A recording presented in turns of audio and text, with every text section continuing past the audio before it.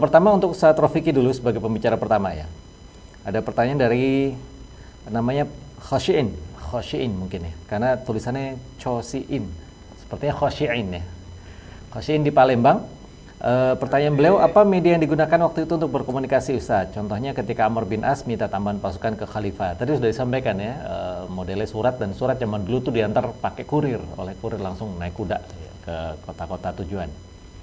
Tapi nggak apa-apa, mungkin nanti saat Rofiki ada cerita khusus, siapa tahu ya, nanti akan beliau lanjutkan. Yang kedua dari Pak Khosyin juga, dari, oh iya mohon maaf, kok tiba-tiba jadi hilang. Dari zaman Rasulullah SAW sampai peperangan Heliopolis ini, Ainus Syams ini, selalu diceritakan pasukan Islam tuh selalu lebih sedikit jumlahnya. Tapi kok ya bisa tetap menang gitu. Apa hikmahnya Ustaz? Ya, tafadhol Ustaz Rofiki untuk menyampaikan. Jadi kok bisa walaupun pasukannya sedikit? Ini sedikit tambahan ya sebelum ini ya. Kebetulan saya pernah membaca bukunya Sun Tzu, The Art of War.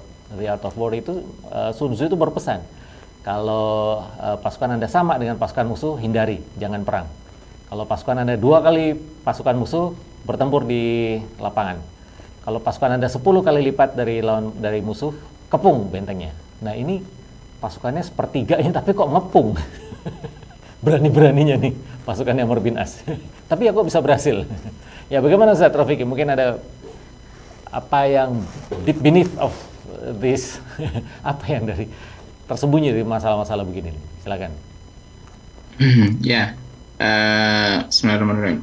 Kalau zaman dulu itu teknologinya cuma ada satu ya, teknologinya adalah teknologi kurir, dan itu kan ada beberapa jenis kuda. Kalau bangsa Arab itu sampai hari ini, jadi gini, ada beberapa faktor yang membuat bangsa Arab itu unggul dalam penaklukan era awal ya. Pertama, faktor fisik ya, faktor fisik mereka sangat kuat sekali orang Arab. Mereka terlatih di sebuah tempat yang sangat tandus, yang sangat kurang bahan makanan dan minuman. Jadi mereka biasa tidak makan dan tidak minum karena memang nggak mudah menemukan makanan atau minuman ya di Jazirah Arab itu.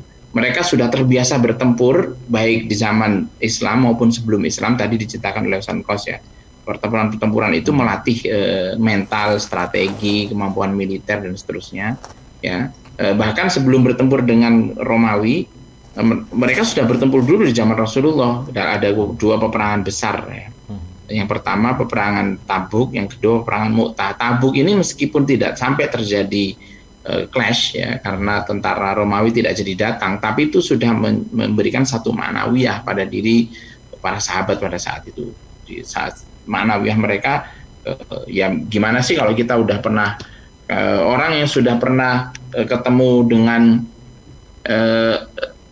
Liverpool gitu ya, atau dengan Manchester United gitu, habis itu bertemu dengan Persija ya jadinya biasa aja gitu kan gitu. Sorry ya, ini kita lagi ada di Bandung soalnya kitanya ke Persib. Saya di Jakarta tapi fans MU Ustaz. PSMU. Nah gitu. Jadi orang yang udah pernah ketemu sama buaya, kalau ketemu dengan biawak ya dia ketawa aja. Apaan ini cuma biawak doang. Gitu. Dia habis pulang ketemu sama buaya di Papua gitu kan, besar-besar. Ya, gitu. Kemudian yang kedua, fisik mereka mereka hidup di tempat yang sangat tandus, sangat panas ya. Mereka terbiasa dengan ketiadaan fasilitas. Jadi mereka bertempur itu tidak menggunakan peralatan yang lengkap ya. Mereka dengan baju biasa saja, tameng, mungkin tameng ada ya, perisai itu ada ya, baju besi juga ada tetapi jarang ya. Dan tombak atau panah dan pedang gitu. Jadi sangat simpel mereka di dalam berperang dan bergerak dengan sangat mudah. Dan satu lagi, sesuatu yang dimiliki oleh bangsa Arab dan diakui sampai sekarang itu adalah spesies kuda mereka. Kuda mereka termasuk the fastest, the strongest kuda yang ada di dunia itu ya kuda Arab. Itu sampai sekarang. Bahkan kalau kita mau breeding kuda yang terbaik dunia, kita cari kuda-kuda Arab. Dan Arab ini maksudnya adalah yang ada di Jazirah Arab ya. Nah, kalau Indonesia kan kudanya kuda Sumbawa yang kecil-kecil gitu ya. Kuda Arab itu besar-besar. Dan itu kuda-kuda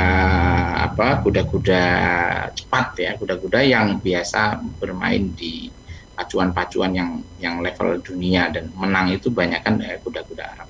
Nah itu yang menjadi rahasia secara umum bangsa Arab ketika mereka begitu keluar dari wilayah Jazirah Arab, mereka bisa menantang imperium-imperium besar dan mengalahkan mereka, bahkan ketika jumlah mereka sangat besar ya, berkali-kali lipat. Itu secara umum itu. Tapi ada hal yang lain juga yang itu sudah kita bahas beberapa kali di Qadisiyah dan juga di Yarmouk, termasuk yang disampaikan oleh Sankos tadi, bahwa kehebatan para ahli strategi, panglima-panglima tempur ya, itu tidak bisa dihindari ya, kehebatan mereka ya. Nah, untuk wilayah Ainu Syams, kalau kita lihat peta Ainu Syams itu adalah sebuah peta yang meskipun jumlah orang sebenarnya jumlah tentara Bizantium itu cukup besar ya, itu lebih dari 20.000 kalau ditotalkan yang ada di seluruh Mesir pada saat itu. Tetapi kondisi geografis Mesir bawah ya, Mesir yang di bawah aliran sungai yang di hulu, bukan yang di hilir ya. Kalau di bawah itu apa? Hilir ya? Hilir apa hulu? Hilir ya. Hilir. Mesir hilir itu anak sungai Nil itu kan sangat banyak sekali, sehingga masing-masing kota itu terpisah-pisah oleh aliran-aliran sungai yang tidak mudah untuk melakukan mobilisasi pasukan dengan cepat ya. Jadi mereka terjepit di antara anak-anak sungai yang tidak mudah bagi mereka untuk berkumpul dalam tempo singkat. Itu di antara strateginya, dan tadi itu yang diterangkan oleh Dr. Nokos tadi itu yang tepat ya, bahwa strategi itu juga sangat penting sekali dengan memecah pasukan, melakukan tipu daya yang luar biasa, menciptakan kejutan-kejutan yang tidak disangka ya. Dan juga sebelum melakukan penaklukan Heliopolis kan tentara Islam ini sudah melakukan 2 pertempuran yang sangat besar sebelumnya, yaitu peperangan Yarmouk, Qadisiyah, belum peperangan-peperangan kecil yang ada di antara itu ya. Ada peperangan Ajnadin, ada sekitar belasan bahkan puluhan pertempuran sebelum terjadinya penaklukan Mesir atau Heliopolis, itu yang membuat mereka memiliki kemahiran yang sangat luar biasa di dalam medan pertempuran ya, dan itu tidak dimiliki sebaik itu ya. Kan mengalahkan tentara Persia itu tidak pernah dimiliki kemampuan untuk bisa menaklukkan Persia kecuali oleh umat Islam ya. Jadi itu secara spirit dan secara strategis umat Islam memang ya tentu saja di luar faktor yang pasti bagi seorang muslim, kemenangan itu juga berasal dari Allah ya. Man nasru illa min indillah. Jadi kemenangan itu semuanya datang dari Allah ya. Keteguhan iman mereka, semangat jihad mereka itu juga tentu saja menjadi faktor utama yang membuat kemenangan-kemenangan besar ya. Tuh. Ya, jazakallah khair Ustaz. Jadi memang kembali salah satu faktornya adalah kecepatan dan efektivitas masyarakat Arab ya.